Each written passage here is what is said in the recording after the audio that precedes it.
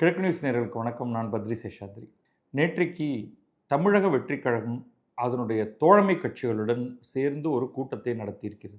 இந்த கூட்டத்துக்கு அந்தந்த கட்சிகளின் எம்எல்ஏக்கள், அவர்களுடைய எம்பிக்கள் அல்லது எம்பிக்கள் எல்லாரும் ஒரு நிறைய எம்பிக்கள் இப்போ காங்கிரஸ்லாம் எடுத்துக்கிட்டால் நிறைய எம்பிக்கள் இருக்காங்க. அதனால் ஒரு சிலர் ஒரு வேளை போயிருக்கலாம். ப்ளஸ் இந்த கட்சிகளுடைய பொதுச் செயலர் மாதிரியானவர்கள் அவங்களும் போயிருக்காங்க. அங்கே வந்து என்ன ஐடியா அப்படின்னா, எப்படி வந்து சேர்ந்து பணியாற்றுவது, எப்படி ஒரு கூட்டணியை ஏற்படுத்துவது, அதுக்கு ஒரு பெயர் கொடுப்பது, எப்படி இணைந்து பணியாற்றுவது, இதுதான் அதோடைய ஐடியா. இந்த கூட்டம் முடிந்ததற்கு பிறகு மாணிக்கம் தாகூர் புதிதாக காங்கிரஸுடைய தமிழகத்தின் தலைவராக தேர்ந்தெடுக்கப்பட்டிருப்பவர், அவர் இதை பற்றி விரிவாக மற்ற தலைவர்களோடு சேர்ந்து செய்தியாளர்களிடம் பேசியிருக்கிறார். இதில் என்ன நடந்தது அங்கே உள்ள அப்படின்னா, ஃபுல் டீட்டெயில்ஸ் நம்மகிட்ட கிடையாது. இவர்கள்லாம் வெளில வந்து சொல்கிறது தான் நமக்கு தெரிந்தது. வேறு என்னென்னலாம் டிஸ்கஸ் பண்ணாங்க, யாரெல்லாம் திட்டினாங்க, யாரெல்லாம் பாராட்டினாங்கன்னு தெரியாது. ஒருவருக்கு ஒருவர் மாற்றி மாற்றி நன்றி சொல்லியிருக்காங்களாம். தவேக ஆட்சி அமைக்க ஆதரவு தந்த தோழமை கட்சிகளுக்கு தவேக நன்றி சொல்லியிருக்கு. தங்களை கூட்டணியில் சேர்த்து கொண்டு தங்களுக்கு நல்ல அமைச்சரவை பதவியெல்லாம் கொடுத்ததற்காக அவங்களுக்கு நன்றி சொல்லியிருக்காங்க. பாருங்கள், தவேக அரசுக்கு தோழமை கட்சிகள் சார்பில் நன்றி தெரிவிக்கப்பட்டது. பின்னர் தோழமை கட்சிகளுக்கு தவேக சார்பில் நன்றி தெரிவிக்கப்பட்டது. எல்லாம் இவர் கையில் அவர் பூங்கொத்து கொடுப்பாரு, அதை இவர் வாங்கிட்டு இதையே வந்து அவர் திருப்பி கொடுத்துருவார். மேலும் கூட்டணியாக செயல்பட வேண்டிய முதல் கட்ட நகர்வுகள் குறித்து ஆலோசிக்கப்பட்டது. ஸோ இதுக்கு வந்து யார் யாரெல்லாம் அழைக்கணும் அப்படிங்கிறது ரொம்ப தெளிவாக இருந்தாங்க. தவேக யாரெல்லாம் இந்த ஆட்சிக்கு ஆதரவு கொடுத்திருக்கிறார்களோ அப்படி பார்க்கும்பொழுது காங்கிரஸ், கம்யூனிஸ்ட் கட்சிகள், விடுதலை சிறுத்தை, முஸ்லீம் லீக். இதில் கம்யூனிஸ்ட் கட்சிகள் வந்து நாங்கள் அந்த கூட்டத்துக்கு வரலைங்க, ஏன்னா நாங்கள் வெளியில் இருக்கோம், அதனால் உங்களை தனியாக வந்து பார்த்துக்குறோம், இந்த கூட்டத்துக்கு நாங்கள் வர முடியாது அப்படின்னு சொல்லிட்டாங்க. ப்ளஸ் ஆதரவு கொடுக்க, அதாவது வெளியிலிருந்து சத்தம் போட்டு ஆதரவு கொடுக்கக்கூடிய மதிமுக, அவர்களுக்கு எம்எல்ஏ கிடையாது, அது ஒரு தனி தொங்கலில் இருக்குது, அவரையும் அழைச்சிருக்காங்க. அவரும் போயிருக்கார், ஒரு தலைவராக அவர் போயிருக்காரு. அவர் துரை வைகோ அவருடைய மகன், அவங்க ரெண்டு பேருமே அந்த கூட்டத்தில் போய் கலந்துக்கிட்டு இருக்காங்க. இந்த கூட்டத்துக்கு பிறகு தான் வைகோ, திருமாவளவன், மாணிக்கம் தாகூர், காதர் மொஹிதீன், ஸோ இந்த 4 பேர் மட்டும்தான் செய்தியாளர்களை சந்தித்து பேசினாங்க. இந்த செய்தியாளர் சந்திப்பில் தவேகவிடமிருந்து ஒருவரும் இல்லை. அஃப்கோர்ஸ் 2 கம்யூனிஸ்ட் கட்சிகளும் இல்லை. அவங்க தனியாக போய் பிறகு முதல்வர் விஜய் சந்தித்து பேசினாங்க. இப்போ மாணிக்கம் தாகூர் உள்ளுக்குள்ளே என்ன நடந்தது அப்படிங்கிற அவருடைய கருத்துக்களை அவர் சொல்கிறார். அவர் இதுதான் சொல்லியிருக்கார்: தவேக தோழமை கட்சிகளின் கூட்டத்தில் அனைவரின் கருத்துக்களும் பதிவு செய்யப்பட்டன.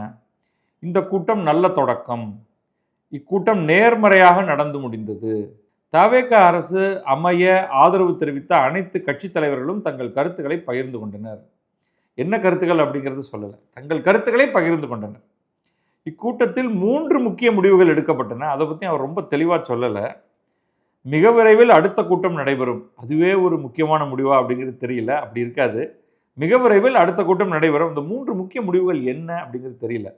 அடுத்த கூட்டத்தில் கூட்டணிக்கான பெயர் குறித்து முடிவு செய்யப்படும். அதில் மதச்சார்பற்ற அப்படிங்கிற பெயர் வருதுன்னு நான் சொல்கிறேன். நீங்கள் என்ன சொல்கிறீங்க? மதச்சார்பற்றங்கிறது இல்லாமல் வந்து இந்த கூட்டணியோடைய பெயரை உருவாக்க முடியாது. பார்க்கலாம் என்ன செய்கிறாங்கன்ட்டு. ஆனால் ஏற்கனவே வந்து செக்குலர் டெமோக்ராட்டிக் ஃப்ரண்ட் அப்படிங்கிறது வந்து திமுகவுடைய கூட்டணிக்கான பெயர் அவங்க வச்சுருந்தாங்க. அதுலேருந்து எல்லாரும் கண்டு விட்டாங்க. இப்போ செக்குலர் டெமோக்ராட்டிக் ஃப்ரண்ட் அப்படின்னா அதையே வச்சுக்கிட்டு வேறு டெமோக்ராட்டிக் செக்குலர் ஃப்ரண்ட் அப்படின்னு வேணால் மாற்றிக்கிட்டு ஏதாவது வைக்கலாம். தவேகவில் நாடாளுமன்ற உறுப்பினர்கள் வரும்போது அவர்கள் இந்தியா கூட்டணியில் இடம்பெறுவது குறித்து பேசப்படும். தற்போது தவேக தோழமை கூட்டணியை அடுத்த கட்டத்துக்கு எடுத்து செல்ல வேண்டும் அப்படின்னு அவர் சொல்லியிருக்காரு. நிர்மல்குமார் சட்டம் மற்றும் மின்சாரத்துறை அமைச்சர், அவர் வந்து தனியாக இன்னொரு செய்தியாளர் சந்திப்பில் கிட்டத்தட்ட இதையே தான் சொல்லியிருக்காரு. இந்த கூட்டணி தவேக தோழமை கட்சிகளுடன் அமைந்த கூட்டணி இயற்கையானது, ரொம்ப நேச்சுரலான கூட்டணி அப்படின்னு அவர் தெரிவித்திருக்காரு. இதில் வந்து எங்களுக்குள்ள எந்த பிரச்சனையும் இல்லை அப்படிங்கிற மாதிரி. தவேக தலைமையில் புதிய கூட்டணி அமைந்து விட்டது. தவேக அரசில் அங்கம் வகித்து வரும் கட்சிகள் கூட்டத்தில் பங்கேற்றன. தவேக அரசு தொடர வேண்டும் என்று கூட்டத்தில் அவர்கள் ஆதரவு தெரிவித்தனர். கூட்டணிக்கு ஒருங்கிணைப்பாளர் ஒருவரை நியமிக்க தவேக திட்டமிட்டுள்ளது. விரைவில் அது குறித்து அறிவிக்கப்படும். கருத்து வேறுபாடு இன்றி இந்த கூட்டணி அமைந்துள்ளது. இயற்கையாக அமைந்திருக்கும் கூட்டணி. கூட்டணிக்கான பெயர் குறித்து அடுத்த கூட்டத்தில் ஆலோசனை செய்து முடிவு செய்யப்படும் அப்படின்னு அவர் சொல்லியிருக்காரு. இயற்கையாக அமைந்த கூட்டணினே கூட அதுக்கு பேரை கொடுத்துடலாம் அப்படின்னு எனக்கு தோணுது. பட் நமக்கு உள்ள என்ன பேச்சு நடந்ததுன்னு தெரியாது. ஆனால் தினமலரில் வந்து உள்ளே விஜய் பேசினார் அப்படின்னு சொல்கிறாங்க. அது அங்கே கூட்டத்தில் கலந்துக்கிட்ட ஒரு 4-5 பேர்கிட்ட பேசி என்ன சார் சொன்னார் அவர் அப்படின்னு சொல்லி கேட்டு எழுதியிருக்காங்க. ஸோ எவ்வளோ தூரம் அக்யூரேட்னு தெரியாது நமக்கு. பட் அவர் என்ன சொன்னார் அப்படின்னு தினமலர் சொன்னதை பார்ப்போம். தவேக அரசை கவிழ்க்கும் முயற்சியில் திமுக இறங்கியுள்ளது. திமுகவின் சதியை முறியடிக்க வேண்டுமானால் அக்கட்சியை பலவீனப்படுத்த வேண்டும். அப்போ திமுகவை பலவீனப்படுத்துவது என்றால் என்ன? இது வந்து ரொம்ப ஸ்ட்ராங்கான ஸ்டேட்மெண்ட். இதை இத்தனை நாள் வரை திமுகவுடன் கூடவே சேர்ந்து பயணித்த இந்த கட்சிகள் எல்லாம் என்ன சொல்லப் போகிறார்கள், என்ன சொன்னார்கள் அப்படிங்கிறது நமக்கு தெரியாது. இன்னும் 3 மாதங்களில் 6 மாதங்களில் ஆட்சி கலைந்துவிடும் என திமுக தலைவர் ஸ்டாலின் சொல்லிக் கொண்டிருக்கிறார். அவரது எண்ணம் நிறைவேறாது. எத்தகைய சவால்களையும் எதிர்கொள்ள தவேக அரசு தயாராக இருக்கிறது.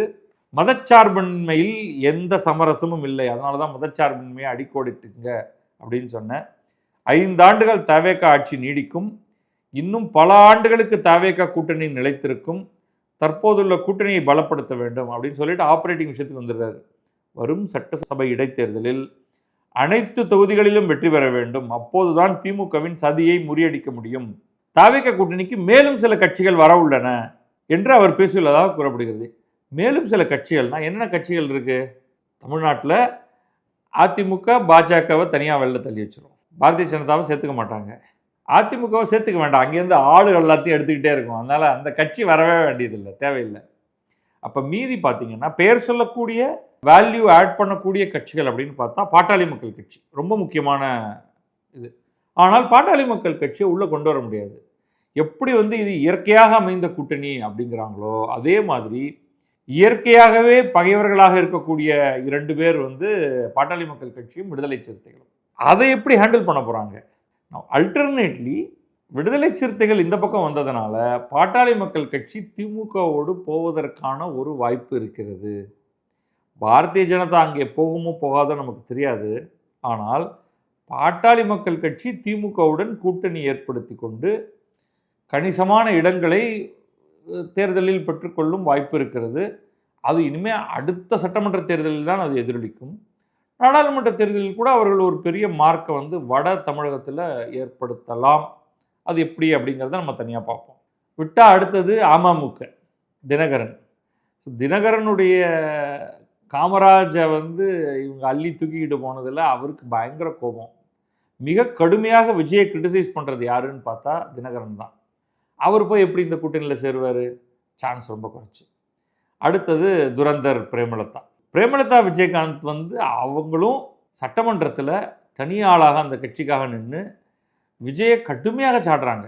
எல்லாம் அவங்க வாக்கெடுப்பில் வந்து அவங்க நோ தான், நம்பிக்கை வாக்கெடுப்பிலும் சரி, சபாநாயகர் தேர்ந்தெடுக்கிறதுல சரி, ஆளுநர் உரையின் மீது நன்றி தெரிவிப்பதில் சரி, வரிசையாக அவங்க வந்து எகெயின்ஸ்ட் த கவர்மெண்ட் தான். அவங்க எப்படி போய் இங்கே சேருவாங்க? அன்லைக்லி. பாட்டாளி மக்கள் கட்சிங்கிற அந்த ஒன்று மட்டும்தான் பாசிபிள். பிஜேபியை விட்டுருவோம். அதை தவிர பலவேறு கட்சிகள் தமிழகத்தில் இருக்குது. அப்புறம் சீமான், அவர் வந்து கடைசி வரை தனியாக நின்று உயிரே போனாலும் நான் தனியாக தான் நிற்பேன் அப்படின்ட்டு இருக்காரு. இன்றைக்கி யாரும் வந்து சீமானை பற்றி பேசுறதில்லை, அவங்க கட்சிக்காரங்களே பேசுறதில்லை. அப்போ ஒட்டுமொத்தமாக பார்த்தா அங்கே வந்து மேலும் சில கட்சிகள் வரும் அப்படின்னா அது எங்கிருந்து வரும் அப்படிங்கிறது வந்து ரொம்ப டவுட்ஃபுல். ஒன்றும் இல்லை, இருக்குது இந்த 26 கட்சி கூட்டணி அப்படின்லாம் தான் திமுக சொல்லிச்சு. இதெல்லாம் இப்போ வந்து ராசா ஒரு கல்யாணத்தில் பேசும்போது 60 இயக்கங்கள் எங்களுக்கு ஆதரவு தெரிவிக்கின்றன. அதெல்லாம் லெட்டர் பேட் இயக்கம். சும்மா ஒரு பக்கத்தில் வந்து இந்த பக்கம் பெரியார் படத்தை போட்டுட்டு இங்கே வந்து அவங்களுக்கு பிடிச்ச தலைவர், அதில் நிறைய பேர் ஜாதி தலைவர்களாக இருப்பாங்க, அவங்களெல்லாம் போட்டுட்டு ஆகா ஈகா மூகா கழகம் அப்படின்னு ஏதாவது ஒரு பேர் வச்சுருப்பாங்க. ஏதாவது ஒரு பேர் வச்சுட்டு அவங்களுக்கு வந்து அதுக்கு ஒரு தலைவர், ஒரு பொதுச் செயலர், ஒரு பொருளாளர் எல்லாம் இருப்பாங்க. எவ்வளோ பேரடா நீங்கள் கூட்டிகிட்டு வருவீங்க அப்படின்னா ஒரு 4-5 இனோவா காரில் சரசரசுன்னு வந்து இறங்குவாங்க. அவ்வளோதான், அதுக்கு மேலே ஒன்றும் கிடையாது. அந்த மாதிரி கட்சிகள் நீங்கள் எடுக்கிறதுக்கு பேசாமலே இருக்கலாம். மேலும் ஒரு சில தலித் அமைப்புகள் இருக்குது. இப்போ நீங்கள் வந்து இன்னும் நம்ம விட்டுட்டோம், புதிய தமிழகம் கிருஷ்ணசுவாமி உடைய கட்சி இருக்கிறது. ஸோ அது அவரே வந்து ரொம்ப பயங்கரமாக கிரிட்டிசைஸ் பண்ணுறாரு விஜயை. இது வந்து கொள்கைக்கு புறம்பாக அமைந்திருக்கக்கூடிய கூட்டணி அப்படிங்கிற மாதிரிலாம் ரொம்ப கிரிட்டிசைஸ் பண்ணுறாரு. ஸோ அது அவருடைய பாதை எப்படி போக போகுது அப்படிங்கிறதும் தெரியல. ஸோ அப்படி பார்க்கும்பொழுது இப்போ ஃபார்மாக இருக்கிற கோர் அப்படியே இருக்கும். இடதுசாரிகள் மட்டும் கொஞ்சம் ஃப்ரீ வீலிங்காக நம்ம இங்கே போகலாம் அங்கே போகலாம் எங்கே வேணாலும் போகலாம் அப்படிங்கிற ஒரு எண்ணத்தில் இருக்காங்க. அதுவே அவர்களுக்கு லாங் டேர்ம் கெடுதலாக அமையும் அப்படின்னு நான் நினைக்கிறேன். அவங்க ஏதாவது மனம் திருந்தி அமைச்சரவையில் சேர்ந்து அவர்களுமே அமைச்சர்களாக ஆக முடியுமா அப்படின்னு பார்ப்போம். மற்ற இடங்கள்லாம் பண்ணியிருக்காங்க. ஆனால் அதெல்லாம் ப்ரிடாமினென்ட்லி லெஃப்ட் அமைச்சரவையாக இருக்கும். இப்போ இடதுசாரிகளே லீட் பண்ணக்கூடிய மாதிரி இருக்கும். கேரளாவில், ஒரு காலத்தில் மேற்கு வங்கத்தில், அதே மாதிரி திரிபுராவில் இதெல்லாம் அவங்க பண்ணியிருக்காங்க. பட் அது அவர்கள் முன்னிறுத்தக்கூடிய ஒரு அமைச்சரவை. மற்றவர்களோடதில் நாங்கள் சேரமாட்டோம், அமைச்சரவையில் சேரமாட்டோம் அப்படின்னா அவங்களுடைய வேல்யூ. இப்போ இந்த இடைத்தேர்தல் நடந்துருச்சுன்னா கம்யூனிஸ்டுகளோட 4 எம்எல்ஏக்களுக்கு தேவை பெரிதும் இல்லாமல் போய்விடும். அது அவங்களுக்கே தெரியும். ஸோ அவங்க என்ன முடிவு எடுத்திருக்காங்க, என்ன முடிவு எடுக்க போகிறாங்க அப்படிங்கிறதே நமக்கு புரியாமல் இருக்குது. ஸோ ஏதோ ஒரு கூட்டணி பேரில் இது கோர் பார்த்திங்கன்னா நிச்சயமாக அதில் ரொம்ப முக்கியமான இடத்துல காங்கிரஸ் இருக்கும். அது ஒன்று தான் என்னால் தெளிவாக சொல்ல முடியும். மற்றவர்கள் இருப்பார்கள், அவர்களுக்குரிய மரியாதை கொடுக்கப்படும். அவர்களுக்கு ஜெயித்து வந்தால் நிச்சயமாக அமைச்சர் பதவி அமைச்சரவையில் கிடைக்கும்.